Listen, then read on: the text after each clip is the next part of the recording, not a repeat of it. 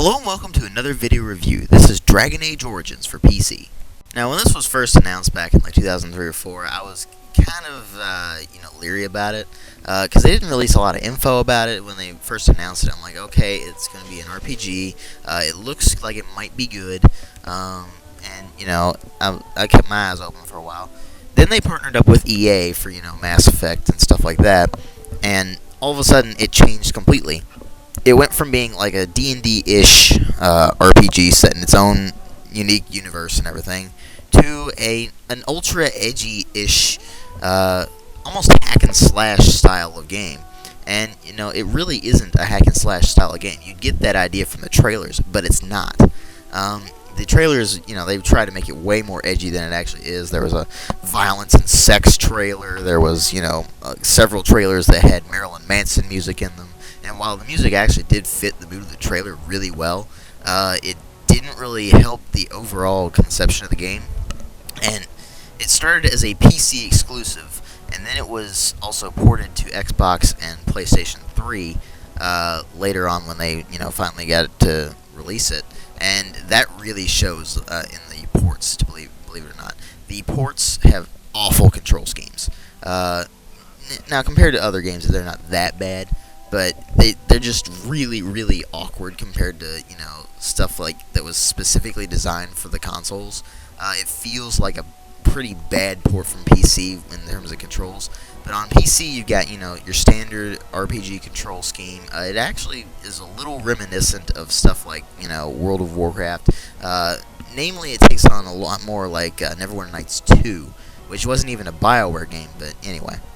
Now that I got that out of the way, this game was released in, October of 2009, so you'd expect the graphics to be, about what they are. The textures aren't really high-res, they're more medium-res, I guess you'd say.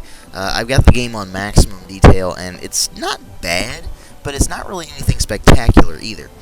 That said, the animations are really nice and fluid. They're a little slow, to be honest with you, and other than that, they're not really that bad. The kill animations that you occasionally get are very satisfying, though.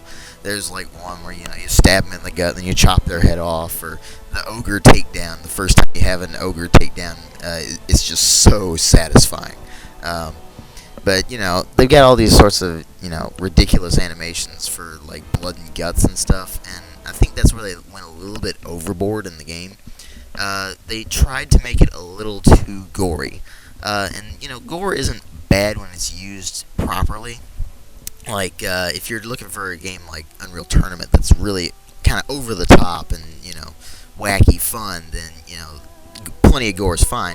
But when you're looking for a game like this, which is actually pretty serious, it's kind of a little bit too much. Now, there's moments where, the gore is like, okay, this works really well, and this is kind of cool, it fits the mood. But they really went a little bit overboard on it, and it's just, it kind of detriments the game a little bit. The sound design is likewise excellent in this game. The music is great orchestral stuff that fits perfectly wherever it is. And, that's really weird when you compare it to the trailers, which are, playing This Is the New Shit by Marilyn Manson. But anyway, the voice acting in the game is a little spotty at times.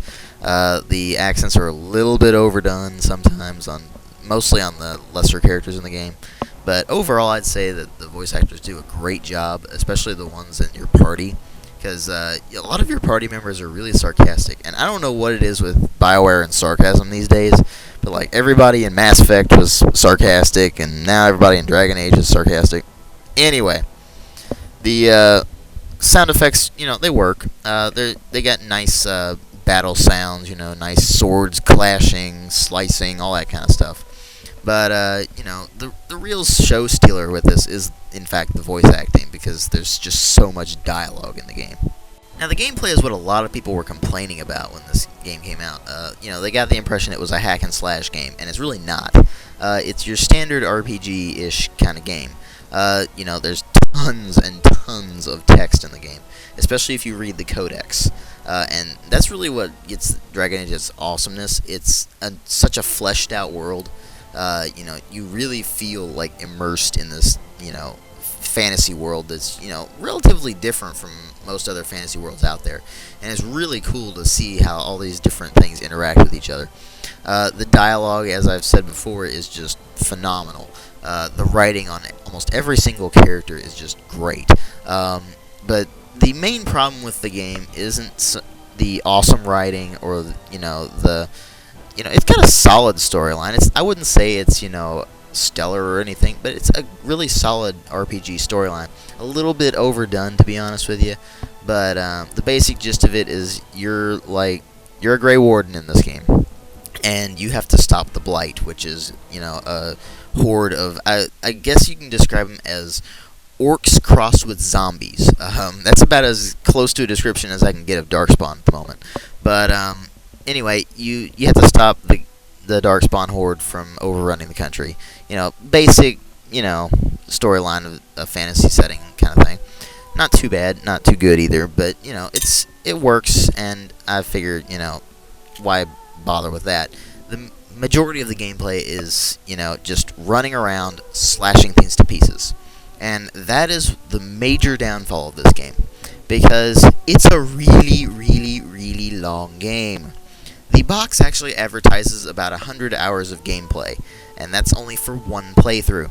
I have played it about, I want to say, probably about 65 or so hours just doing the storyline, and a lot of that has been spent, doing the origin stories over and over again, trying to get every one of my characters set up for later plays. But still, it's a really long game. And, if you're looking for a really long RPG, then definitely this one's for you. But I think the majority of people who played it, that were, typical console players, were like, oh my god, this game goes on forever, I'm not going to play this anymore. But it was really built for PC RPG players, not for console players, and that really shows. The controls on the PC are really intuitive, they work really well. And the game is actually fairly difficult, too. On normal difficulty, I have died several times. And, there's two difficulties higher than normal. But in, Mass Effect 2, for instance, I died once, and that was only because, I got stuck on something. But anyway, it's definitely an RPG for RPG players. In fact, I'd venture it's probably the best RPG BioWare has put out since Baldur's Gate 2, arguably. And I say arguably because Neverwinter Nights is astoundingly good. And of course, that's mostly because of the awesome community that rose up around it. But anyway, I'd say that this is a great game. It's a little bit too much emphasis on combat. Because it'll really wear on you after a while, just slashing through hordes constantly the entire game. Some really epic moments here and there. Pretty good story, awesome dialogue, great writing in general. Character development is a little bit too simple, to be honest with you, but it works really well. Overall, I'd say a really solid game. I give it a 4.5 out of 5, and thanks for watching.